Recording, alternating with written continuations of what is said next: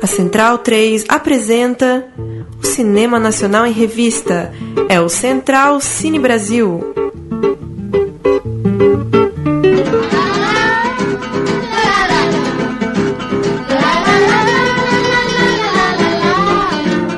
Muito boa noite, está começando aqui a primeira edição do programa Cine Central Brasil, o programa que vai falar de cinema brasileiro na Rádio Central 3. Eu sou Lucas Borges, apresento esse programa de estreia ao lado dele, Paulo Silva Júnior. Boa noite, Paulo. Tudo bem, Lucas? Um prazer começar essa nova empreitada com você aqui na Central 3. Pois é, vamos falar de cinema independente, cinema brasileiro, estreias, trazer entrevistas, notícias, repercussão de festivais, de mostras pelo mundo e falar do cinema que está sendo feito aqui no Brasil. E o grande retratado desse primeiro programa é o filme Boi Neon, um filme do diretor pernambucano Gabriel Mascaro, que estreou no dia 14 de janeiro nos cinemas brasileiros. Um filme que está recebendo muitos prêmios e está sendo muito bem avaliado pela crítica. Pois é, o Boi Neon teve uma carreira bastante boa de festivais. É mais um filme aí do Gabriel Mascaro que já está se firmando também no mercado brasileiro, diante do público brasileiro. Tivemos a oportunidade de acompanhar na Mostra de Cinema aqui de São Paulo. Quem mora em São Paulo já pôde assistir o filme ainda no final de 2015. E agora, nesse mês de janeiro, ele estreando aí para todo o Brasil no circuito comercial. Filme bastante interessante que a gente vai ter o prazer de conversar um pouco aqui com os protagonistas e com o próprio diretor, né? Exatamente. Vou ler a sinopse, então, do Boi Neon. Nos bastidores das vaquejadas, Iremar prepara os bois antes de soltá-los na arena, levando a vida na estrada. O caminhão que transporta os bois para o evento é também a casa improvisada de Iremar e seus colegas de trabalho. Zé, seu parceiro de curral, e Galega, dançarina, motorista do caminhão e mãe da audaciosa Cacá. Juntos eles formam uma família improvisada e unida. O cotidiano é intenso e visceral, mas algo inspira novas ambições em Iremar. A recente industrialização e o polo de confecção de roupas da região do semiárido nordestino. Deitado em sua rede na traseira do caminhão, sua cabeça divaga em sonhos de lantejoulas, tecidos requintados e croquis. O vaqueiro esboça novos desejos. Pois é, dá pra ter uma ideia da maluquice que é a narrativa, o personagem criado aí pelo Gabriel. Um vaqueiro estilista. O filme tem direção de Gabriel Mascaro, que também assina o roteiro com colaboração de Marcelo Gomes, César Turim e Daniel Bandeira. Direção de fotografia de Diego Garcia e a produção é dividida entre 3 países, Brasil, Uruguai e Holanda. O elenco tem Juliano Casarré, Aline Santana, Carlos Pessoa, Maeve Jenkins, Vinícius de Oliveira, Josinaldo Alves e Sâmia de Lavor. Para dar uma passada pelos prêmios, Boi Neon teve estreia mundial no Festival de Veneza, onde venceu o prêmio especial do júri. Foi menção honrosa no Festival de Toronto, prêmio da crítica em Hamburgo, prêmio especial do júri em Havana e melhor filme em Adelaide e Varsóvia. No Brasil levou os prêmios de melhor filme, melhor roteiro, melhor fotografia e melhor atriz coadjuvante no Festival do Rio, além também de ter sido premiado no Panorama Internacional Coisa de Cinema, tanto pelo júri oficial quanto pelo júri da crítica. Já perto do finalzinho ali de 2015, do ano passado, levou ainda um prêmio em Marrocos. Festival de Marrakech premiou o diretor Gabriel Mascaro num júri presidido por ninguém mais, ninguém menos que Francis Ford Coppola. Que beleza, hein? Não é pouca coisa não, hein? Vamos para a entrevista, então. Gabriel Mascaro. Começando pelo diretor. Exatamente, o diretor que começou fazendo documentários, despontou com o KFZ 1348 de 2008, Um Lugar ao Sol de 2009, fez também Avenida Brasília, Formosa e Onda Atrás, O Vento Leva. Aí ele já começa a flertar com esse híbrido de documentário e ficção antes de voltar à narrativa documental em Doméstica, que é um filme no qual ele distribui ali câmeras para empregadas domésticas e para as próprias empregadas e resulta num belo retrato dessa experiência social. Em 2014 ele lança Ventos de Agosto, mais uma vez um híbrido de documentário e de ficção, um filme também bastante premiado no Brasil e no mundo. Além da tela grande, Mascaro ele experimenta sua arte em instalações e séries fotográficas expostas pelo país.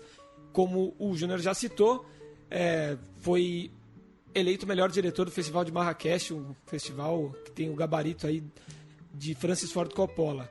Vamos à entrevista, então. O Gabriel vai começar falando desse enredo, desse plano de fundo do Boi Neon, o universo das vaquejadas no Agreste, sertão da Paraíba e Pernambuco, onde foi gravado esse filme, uma experiência muito intensa de atores e equipe vivendo juntos em instalações na Paraíba e no Pernambuco.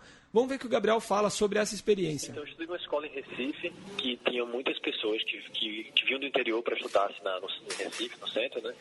Mas a cultura rural do interior era muito forte. Então, todos os fins de semana, esses amigos meus, eles iam para o interior para essas festas, vaquejada. De repente, quando eu tinha 15 anos, eu fui parar numa vaquejada de Surubim. E fui lá, foi me divertido, sem forró, né? Mas 15 anos depois, eu nunca imaginaria que estaria um filme que envolvesse a vaquejada. E, na verdade, a vaquejada, para mim, quando eu reencontrei a vaquejada nesses 15 anos depois, né, quando acidentalmente eu fui para uma vaquejada com outro olhar, foi muito forte, porque, na verdade, eu pude perceber algo que era muito tradicional na cultura, né, no imaginário do Nordeste, mas totalmente transfigurado na cultura contemporânea, cosmopolita, que tem grandes investimentos de leilões, de mercado de genético de sêmen equino. Então, foi uma coisa que para mim saltou os olhos em relação a como pensar e reler, né, as contradições do Nordeste contemporâneo, né? Sim. Se distanciando da leitura que historicamente a gente está acostumado a pensar sobre desertificação, seca, né, um lugar que espelha as pessoas para fora. Nesse contrário, não, o Nordeste que passa por outros desafios, né? Não o Nordeste mais que se espelha, que faz as pessoas ir embora para outros centros, né, outras regiões do Brasil. Pelo contrário, é um filme que atenta para as contradições e as complexidades desse novo mundo, novo momento desse Nordeste em transformação. Sim. O interessante é que, pelo fato dele mesclar muito essa coisa de uma linguagem ficcional com a de documentário, ele acabou tendo até que responder que situações eram reais na execução do filme, né? E ele, enfim, admite que o filme é inteiro ficção, a única parte documental são algumas situações em que a vaquejada está acontecendo realmente, né? Mas toda a encenação com os atores é num cenário de vaquejada, é uma vaquejada vazia usada para encenar com os atores do filme. Exatamente, as cenas de leilões, por mais absurdas que pareçam, são inspiradas na realidade, aquilo você pode assistir na televisão, por exemplo, ainda que no filme sejam ficcionais. Eu acho que o que gera esse tipo de questionamento, é real ou não é real, é ficcional ou não, é o absurdo, né, de algumas cenas também, misturadas com esse realismo. Enfim, é um filme que brinca toda hora com a nossa cabeça em relação a isso, né? Para o público brasileiro tem algumas caras conhecidas, né? Juliano Casarré, Maeva Dickens, mas o Gabriel também conta uma coisa interessante, que é como o público internacional tem acreditado que todos os atores são vaqueiros de fato, né? Sim. Talvez por essa proximidade, por esse tempo vivendo a vaquejada, de fato o elenco, atores e não atores, estão muito próximos, estão muito bem caracterizados como vaqueiros. Sim.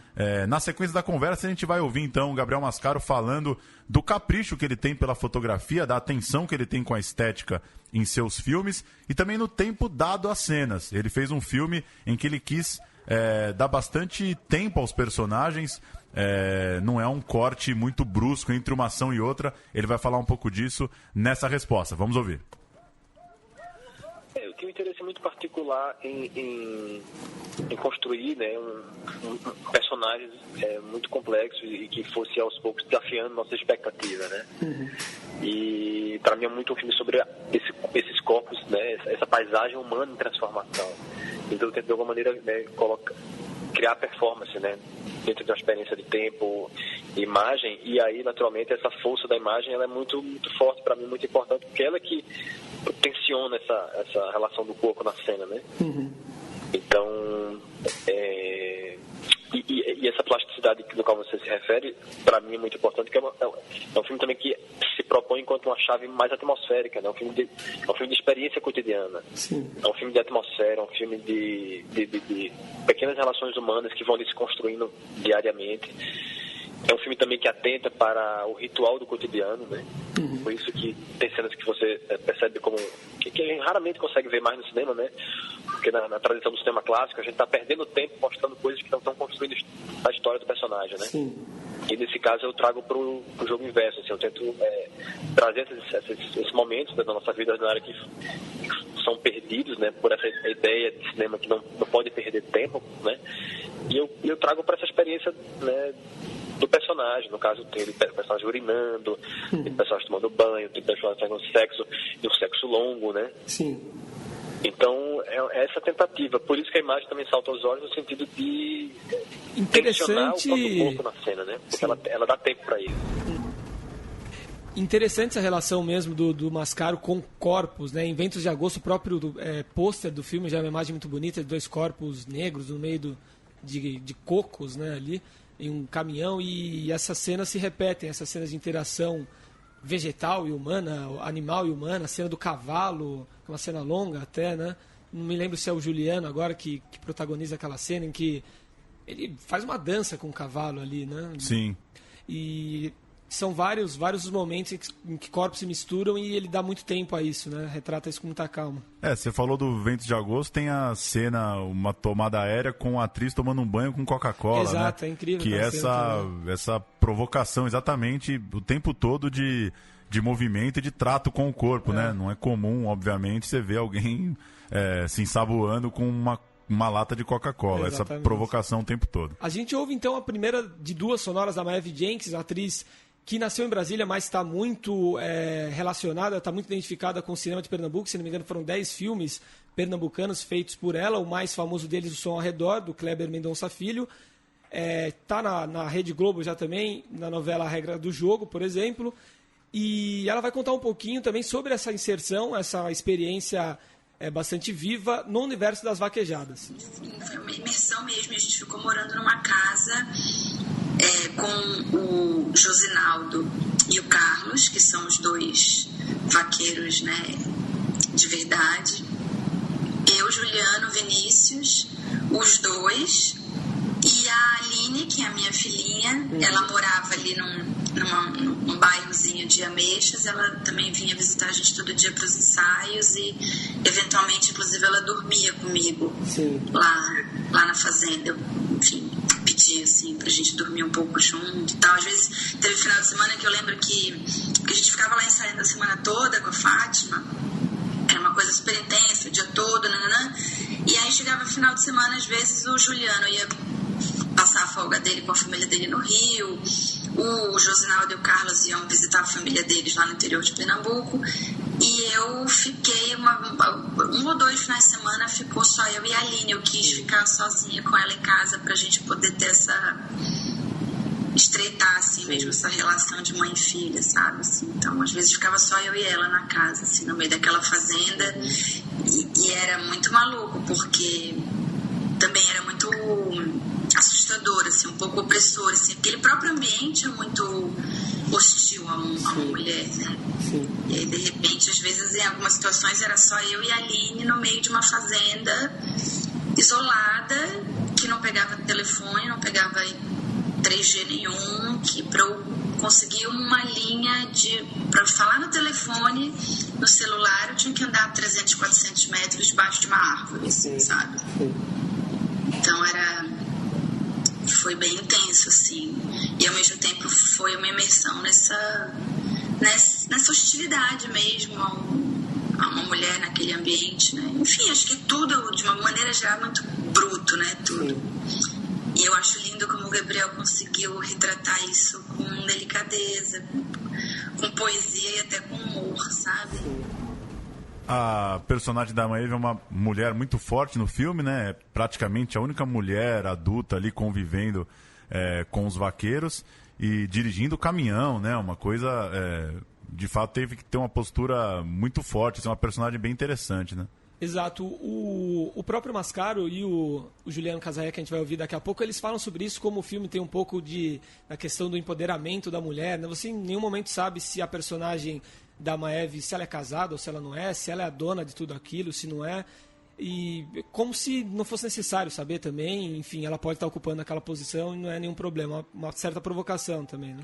Ela falou dessa relação com a garotinha que faz a filha dela, né, a Aline Santana, reforçar, como ela disse, que a Aline nunca tinha tido uma experiência no cinema, né, então a Maeve teve que ter ainda esse trabalho de convívio ali, de soltar mesmo a garota, de ter um convívio que soasse natural, né, enquanto mãe e filha.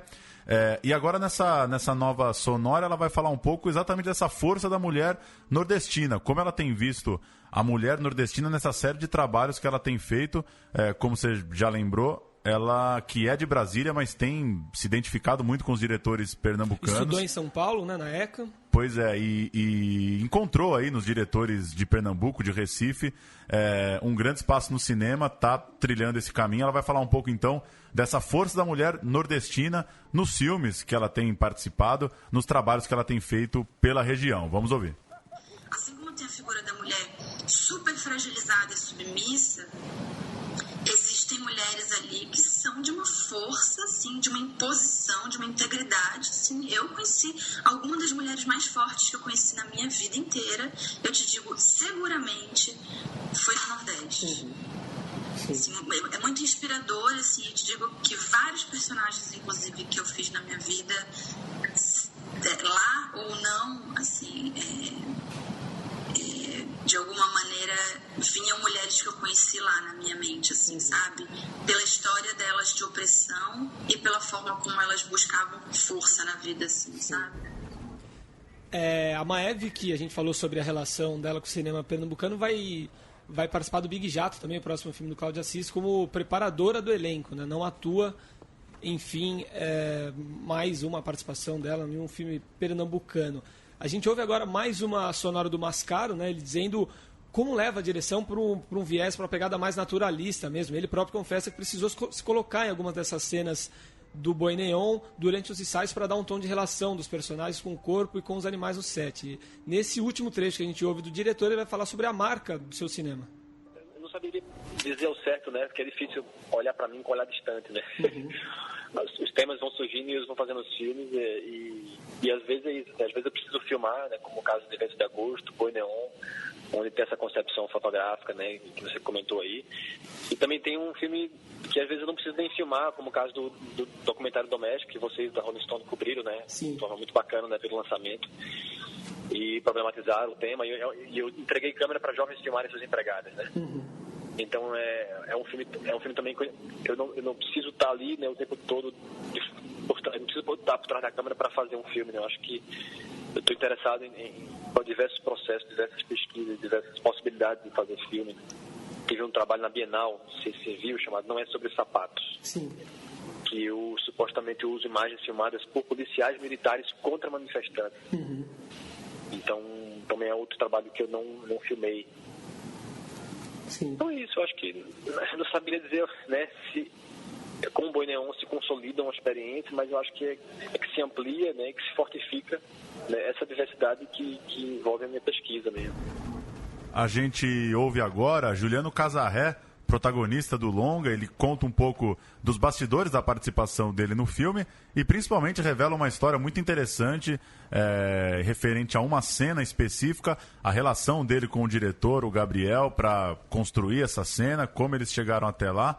De fato, como a gente já falou algumas vezes, um filme de uma pegada muito naturalista, né? Muito real, e como ele vai contar nesse trecho algumas situações como essa em específico que não deu para escapar, né? Só contextualizar um pouco essa cena para as pessoas entenderem que elas vão ouvir. Talvez uma cena inédita na história do cinema brasileiro, né? Como se trata do universo das vaquejadas, existem ali os cavalos, garanhões, cujo sêmen vale centenas de milhares de reais. E o Juliano Casarré, ele é visto no filme, ele encena uma cena na qual ele masturba um cavalo. Possivelmente dá pra cravar, eu acho, a primeira vez na história do cinema brasileiro. Num filme não pornô, não, com certeza. Envolvendo... Bom, existe zoofilia também na internet, mas enfim.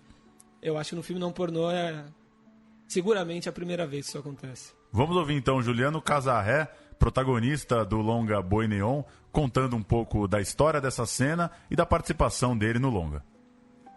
A verdade foi que esse sacana do Gabriel, olha o que ele fez. Ele me mandou um roteiro onde tinha um outro personagem que masturbava o cavalo. Não era você. E eu vi aquela cena e falei, não, desculpa. Aí falei assim, bom, o filme é do caralho, ainda bem que não sou eu que vou fazer essa cena aí, sacou? Porque se fosse o meu personagem, eu teria logo dito, não, velho, não vou fazer, desculpa, não vou pegar no pau do cavalo. Passar pela vida se pegar no pau de um cavalo, tranquilo, dá pra viver uma vida inteira se pegar no pau do cavalo. E aí o Gabriel, aí beleza. Só que aí, cara, eu terminei uma novela, a outra novela que eu vinha fazendo, o acabou virando a novela mais longa da década. Eu terminei a novela muito cansado e falei, Gabriel, eu não tenho fôlego pra fazer teu filme, cara. Eu preciso de férias, eu tô muito cansado, eu quero ficar com a minha família, eu quero, sabe, curtir a vida um pouco aqui. E ele, não, meu irmão, vai lá. Eu acho que eu tinha 2 semanas pra viajar, ou 10 dias.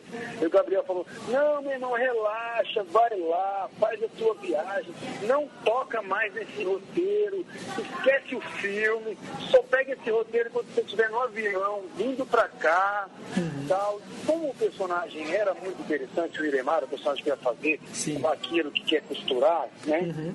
Eu falei, não, tá bom, cara, o roteiro é muito bom, esse roteiro é um roteiro que não aparece toda hora na minha mão, eu leio muitos roteiros e não é toda hora que eu me apaixono por um roteiro.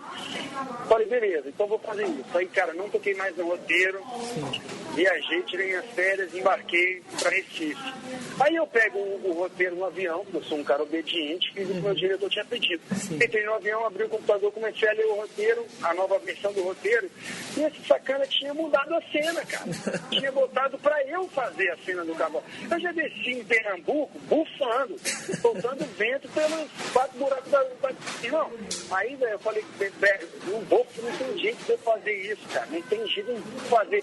Ele, não, pelo amor de Deus, Gabriel é pidão, né? Gabriel é pidão. Eu nunca conheci um diretor tão pidão quanto ele. Ele pede tudo, ele tá sempre, ele quer mais uma coisa, ele quer mais uma nova coisa. E aí, velho, ele insistiu. Eu falei, meu irmão, tu quer pegar no pau do cavalo? Vai pegar no pau do cavalo? Tem coragem de pegar no pau do cavalo? Falou, oxe, eu pego.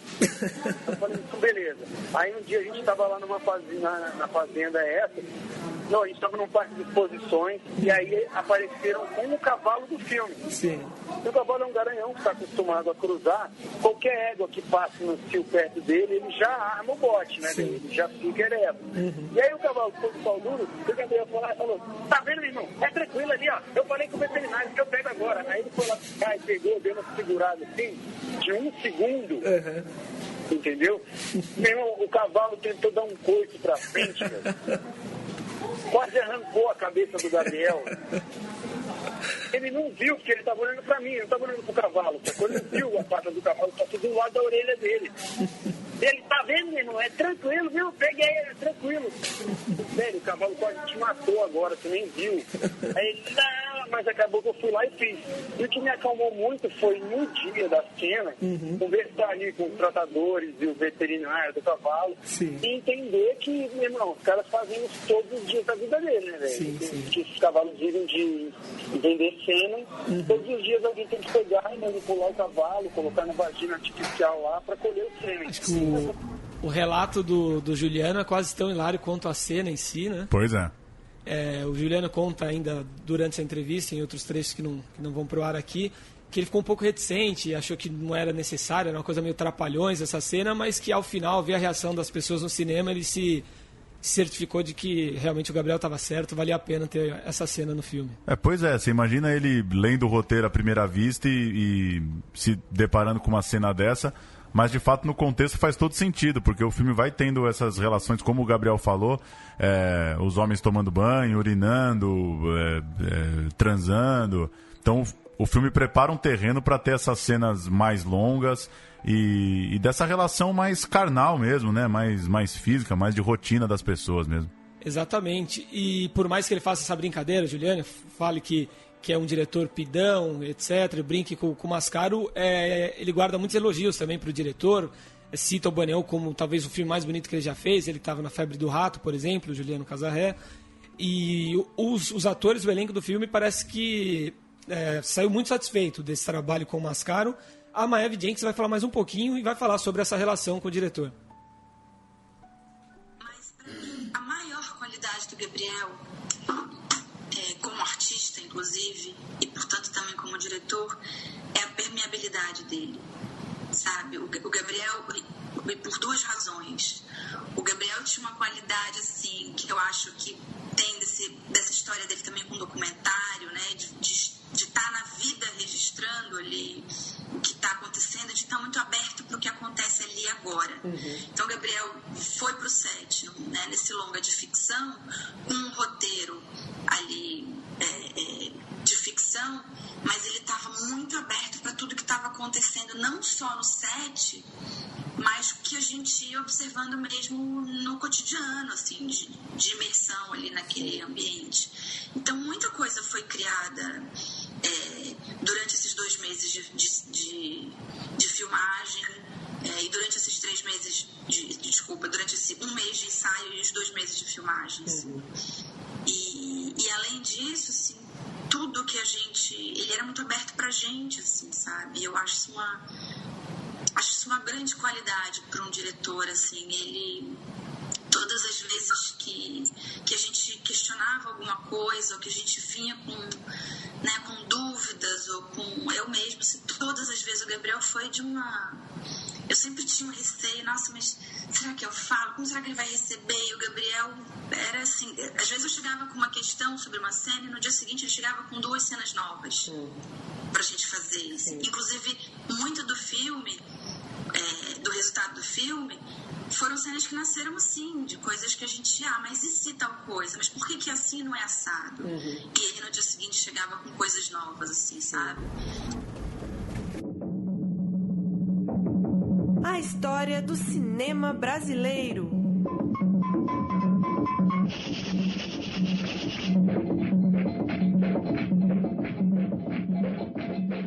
Segundo bloco do nosso programa de estreia, Central Cine Brasil, a gente falando da história do cinema brasileiro, a gente vai começar com Carlota Joaquina, Princesa do Brasil, filme de 1995.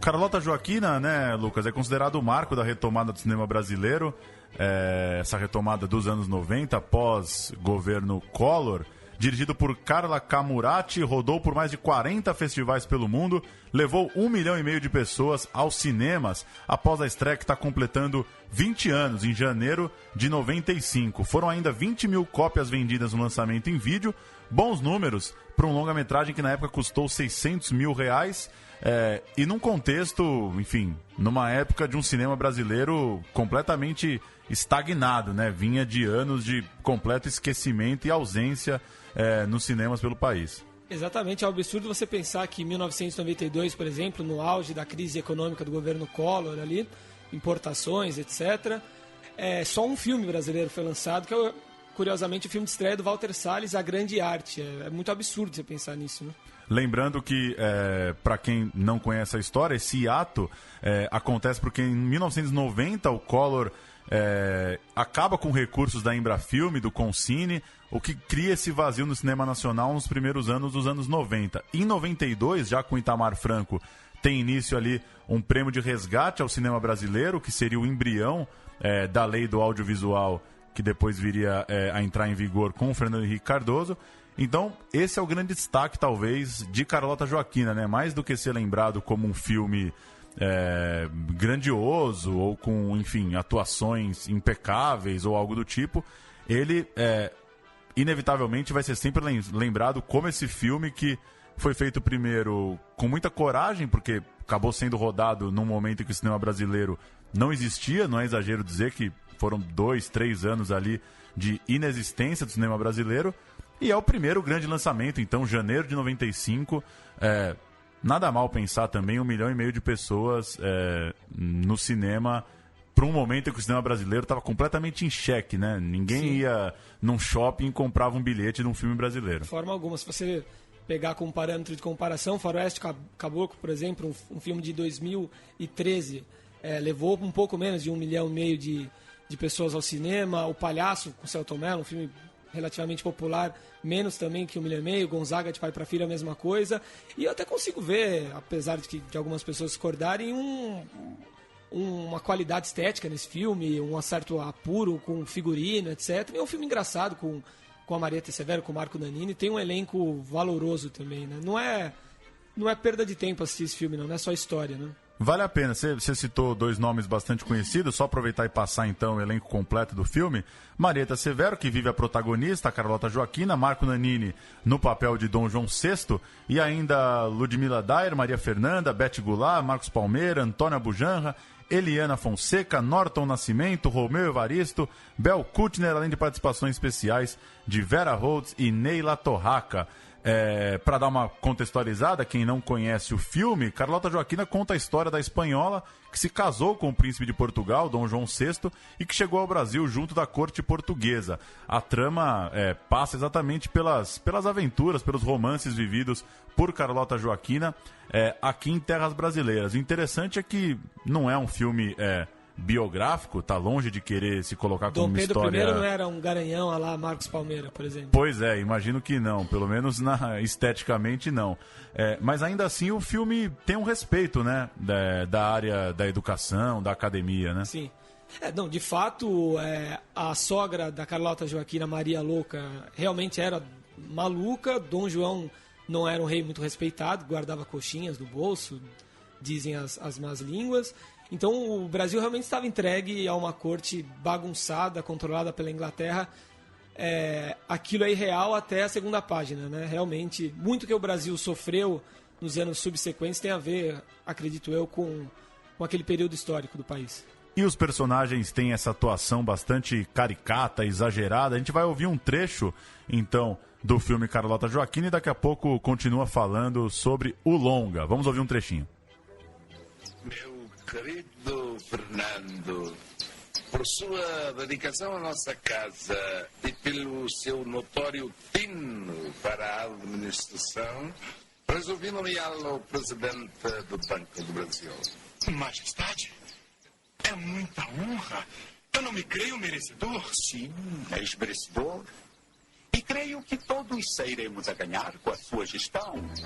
Essa cena é um grande caso, né? De como mesmo o exagerado, o caricato, não deixa de ter um pouco de crítica social no filme, né? Olha a relação de um líder político, um líder do Estado, com o cara que vai assumir o Banco Central desse país, né? E no caso ele tá fazendo isso para mandar embora um dos amantes da rainha, né? Pois é. Tem esse detalhe. E só falando sobre a questão da fotografia, etc., o diretor de fotografia de Carlota Joaquina é o Breno Silveira, que viria a se tornar o diretor de Dois Filhos de Francisco, 2005, e do próprio Gonzaga, de Pai para Filho, né? Interessante também essa coincidência. O filme rodou bastante em escolas, né, universidades. A própria Carla, usou isso como distribuição do filme. O filme chegou a estar em lista de vestibular, por exemplo, né? Então, legal ver essa referência histórica e até educativa da narrativa. E interessante também pensar o trabalho da Carla, né? Ela fez praticamente tudo no filme, né? Lembrando que a Carla Camurati é uma atriz dos anos 80 que, a partir do Carlota, resolveu distribuiu o longa, inclusive lançou a própria distribuidora, a Copacabana Filmes e Produções. E esse é um dos grandes méritos desse filme e da coragem dela, né? Ter feito absolutamente tudo, né? A gente até recuperou aqui um trabalho do Luiz Carlos Vilauta, um professor do Departamento de História da UFMG, que destaca exatamente isso. Ele chama de caráter artesanal da obra, né? A Camurati foi diretora, pesquisadora, coautora do argumento e do roteiro, captadora de recursos e distribuidora. Fez praticamente tudo e nada colocou o filme em 6 de janeiro de 95 para estrear em 4 salas no Rio de Janeiro. É pouca coisa, mas na raça, sem muita propaganda, sem muita divulgação e num momento de completo esquecimento do cinema brasileiro, é um feito relevante. Exatamente. Ela que viria a dirigir só mais 3 filmes, né? Nenhum deles com o mesmo impacto de Carlota Joaquina. Dirigiu La Serva Padrona, Copacabana e Irmã Vap e o Retorno também. A gente vai ouvir agora André Bujan. Ele esteve aqui recentemente na Rádio Central 3, no programa Thunder Rádio Show, com o querido Luiz Thunderbird, e ele falou sobre esse trabalho da composição da trilha de Carlota Joaquina, trabalho cujo lançamento está completando 20 anos, e também aproveitou para falar um pouco de outros trabalhos dele no cinema. Abujam, que tem uma série de trilhas bastante conhecidas, algumas delas, ele vai falar um pouco, e também no final desse bloco a gente vai ouvir uma das mais famosas trilhas compostas pelo Abujam. Vamos ouvir então ele falando ao Thunderbird sobre a trilha de Carlota Joaquina e sobre outros trabalhos que ele fez e vem fazendo no cinema. Uma loucura. E daí sim, tem alguns filmes que você se destacou como o autor das trilhas sonoras. Carandiru. Um deles é Carlota Joaquina. Carlota Joaquina. Como foi a experiência de trabalhar no cinema? Foi a sua primeira? De longa-metragem foi, porque na verdade é o seguinte... Foi assustador? Não, porque assim, eu namorava e depois vinha casar com a Ana Mui Laerte, que tá fazendo sucesso. Vai pro Oscar, eu acho, esse filme dela aí. Que horas ela volta? Que horas ela volta. E eu, na época, quando a gente era namorado, faz muitos anos, assim, eu fiquei amigo do Beto Brant. Grande figura. Ele frequentava o espaço retrô nos anos 80. Sério, muito louco. Então, assim, eu fiz trilha de muitos curtas, muitos, incontáveis. E aprendi a fazer trilha, né? Faz trilha de teatro, trilha de cinema. Quando eu conheci a Carla Camurati, que ela me chamou pra fazer foi por causa do Mulheres Negras, que ela foi num show do Mulheres Negras, Espaço Off, e falou: cara, esse cara vai fazer uma trilha... Espaço Off, amigos. Uau, né? Prossiga. Aí eu fiz essa trilha da Carlota Joaquina com a orquestra da Petrobras. Na época era muito ruim, tomara que... A orquestra era ruim, né? Na época sim, agora é muito boa. Sei. E eu escrevi as partituras e tal, né? Eu fiz 12 anos de faculdade de música, né? Então, quer dizer... Aí eu fiz, do Carlota pra hoje, eu já fiz 50 longas, cara. E aí, cara? É muita coisa. Que legal, meu. Já trabalhei com diretor chato, diretor legal, já trabalhei fora... Cara, eu fiz um negócio que você vai amar, depois você tem que procurar. Eu fiz o documentário da Harley Davidson nos Estados Unidos. Uau! Que legal! Da Harley Davidson pros latinos lá. E aí eu não tinha pouca grana pra fazer, mas falei, porra, mãe... E aí eu gravei, eu tava morando em Curitiba, eu comprei uma bateria vagabunda, botei na sala e toquei tudo meio ZZ Top, assim. Tipo Led Zeppelin. Bateria na sala. Exatamente. Uhum. E foi um trabalho muito legal, chama... como é que é? Harlistas é o nome. Uhum. E aí, quando eu fui mixar, eu fiz em Curitiba, mandando a trilha por internet. Aí eu fui no final, lá na mixagem, lá, aí um tiozão velho mixando, muito legal essa bateria aí, na frente do diretor, assim, você gravou onde? Eu gravei no estúdio lá. Então, na verdade, eu gravei de cueca na minha casa, bicho. Aí, quando eu saí pra tomar um café, eu falei, cara, não me fode, bicho. Eu gravei a bateria lá, eu mesmo tocando. Eu gravei com 2 microfones chinês, cara. Não me fode. Mas o Great Sound, o som tá muito bom. E, cara, é isso. Mas fazer o primeiro longa deve ter sido um desafio, não? Foi um desafio. Foi bonito, assim. A Carla te ajudou nisso? Ela era legal? Carla, na verdade, ela também tava muito insegura, porque foi o primeiro longa dela, né? Então... Cara, mas deu certo, né? Esse filme é incrível, cara. Então, eu fiz Carlota Joaquina, é claro que esse filme me fez fazer outros filmes, outros longas e tal. Fiz Domésticas do Fernando Meirelles. Genial. Genial. Mas aí, aí eu fiz o Carandiru com o Hector Baben, que eu quase morri pra fazer o Carandiru. Eu fiz uma trilha maravilhosa, aí a mixagem ficou baixa. Mas esse filme me lançou pro mundo. E o Antônio Pinto, ele ia fazer um filme no México. E ele teve que fazer uma operação e falou, cara, a única pessoa que pode fazer isso é... Cara, um cara generoso. Filho do Ziraldo. Antônio Pinto é um maravilhoso. Sim. E aí ele me deu de mão beijada um trabalho desse. Quando o cara é bom, ele manda bem, né, cara? E aí eu fiz um trabalho no México que, putz, aí eu ganhei uma grana, comprei uma casa. Sim. Aí separei, dei a casa pra ex-mulher, não tem problema. Mas a vida faz essas coisas, entendeu? Então uma coisa leva a outra. Então, cara, realmente... O Antônio Pinto é um cara muito importante na minha vida, assim, cara. Mais que a Carla Camurati, assim. Começar então o terceiro bloco desse nosso programa de estreia, que vai passar sempre pelo noticiário, pelos lançamentos, pelos festivais, pela repercussão do cinema brasileiro seja aqui mesmo em território nacional ou no mundo. Começa nessa sexta-feira, dia 22 de janeiro, e segue até o próximo dia 30, o primeiro grande festival do circuito brasileiro em 2016, a Mostra de Cinema de Tiradentes, na cidade histórica de Minas Gerais. A temática central da 19ª edição é Espaços em Conflito no Cinema Brasileiro, e os 7 filmes que concorrem ao Troféu Barroco são Animal Político, filme pernambucano de Tião, Aracati, filme carioca de Aline Portugal e Júlia de Simone, Banco Imobiliário, um longa paulista de Miguel Antunes Ramos, filme de aborto, também representante de São Paulo, filme dirigido por Lincoln Pericles, Índio Zoró, Antes, Agora e Depois, filme também pernambucano de Luiz Paulino dos Santos, Jovens Infelizes, ou Um Homem que Grita Não é um Urso que Dança, filme paulista de Tiago Mendonça, e Taiguá, filme goiano de Marcela Borella e Henrique Borella. O filme de abertura do festival é Serras da Desordem, que completa 10 anos e cuja sessão é em homenagem ao diretor Andrea Tonati. E agora Oscar, a animação O Menino e o Mundo, do jovem diretor paulistano de 44 anos, Alê Abreu, vai representar o Brasil no Oscar. A Alê foi estagiário de Maurício de Souza ainda aos 11 anos e de 1998 para cá assinou os curtas Espantalho e Passo e o longa Garoto Cósmico. Na grande festa do cinema norte-americano, ele vai concorrer com o franco-britânico Shaw, O Carneiro, com o japonês As Memórias de Marnie e com os americanos Anomalisa e Divertidamente. Divertidamente, o grande favorito. Para você ter uma ideia do abismo entre as produções, O Menino e o Mundo custou $500 mil contra 175 milhões do Divertidamente, o filme da gigante Pixar. O Menino e o Mundo fala sobre um garoto que, sofrendo com a falta do pai, deixa sua aldeia e descobre um mundo fantástico, dominado por máquinas, bichos e estranhos seres. As falas do longa são escassas, e as falas que existem são em português ao contrário. A lei define a obra como um grito político latino-americano, mas, sobretudo, um grito contra o sufoco que a grande indústria cria aos potenciais artísticos, poéticos e de linguagem da animação. O Menino e o Mundo, que já venceu mais de 10 prêmios, inclusive o Cristal de Annecy, uma das mais importantes honras da animação, foi exibido para 50 mil espectadores no Brasil de 2014 até o final de 2015.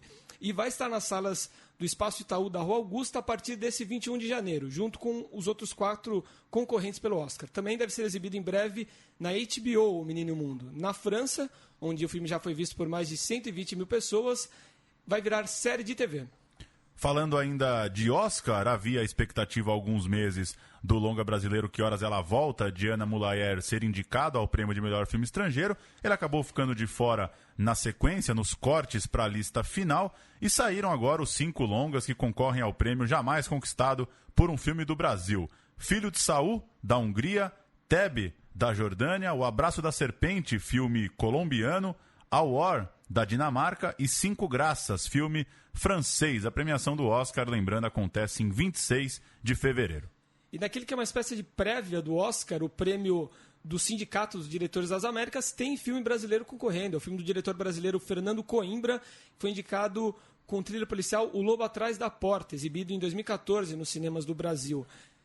Coimbra concorre na recém-criada categoria de melhor diretor estreante, ao lado de Joel Edgerton, de O Presente, Alex Garland, de Ex-Máquina, Instinto Artificial, Marielle Heller, de O Diário de um Adolescente, e Lázaro Nemes, de O Filho de Sol. Falando agora de números do cinema brasileiro, a Rentrac Brasil compilou os dados das bilheterias dos filmes nacionais em 2015 e foi uma bilheteria novamente dominada pelas comédias, desta vez em especial também por continuações de comédia, o que mostra a consolidação desse segmento junto ao público brasileiro. Outro dado interessante é que metade do top 10 saiu da mão de 2 diretores, Roberto Santucci, que assina 3 filmes, e Cris D'Amato, com 2. A liderança foi de Loucas pra Casar, lançado em 560 salas e assistido por 3,7 milhões de espectadores, seguido por Vai Que Cola, Meu Passado Me Condena 2, Carrossel, SOS Mulheres ao Mar 2, Os Caras de Pau e O Misterioso Roubo do Anel, Linda de Morrer, Qualquer Gato Vira-Lata 2, Bem Casados, Até que a Sorte nos Separe 3. Os 6 primeiros dessa lista bateram a marca de 1 milhão de espectadores, enquanto a 11ª posição, no caso a primeira não comédia da lista,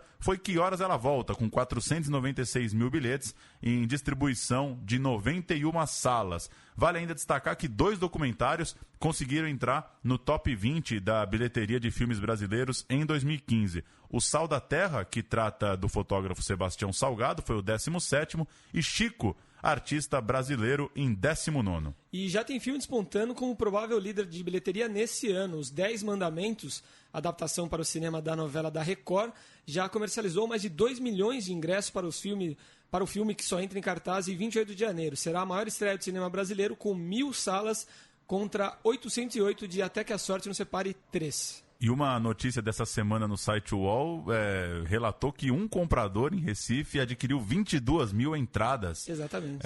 Outras notícias também tratam dos próprios pastores da Igreja Universal convocando os fiéis a comprar os bilhetes e fazer do lançamento do filme um marco histórico mesmo. É isso.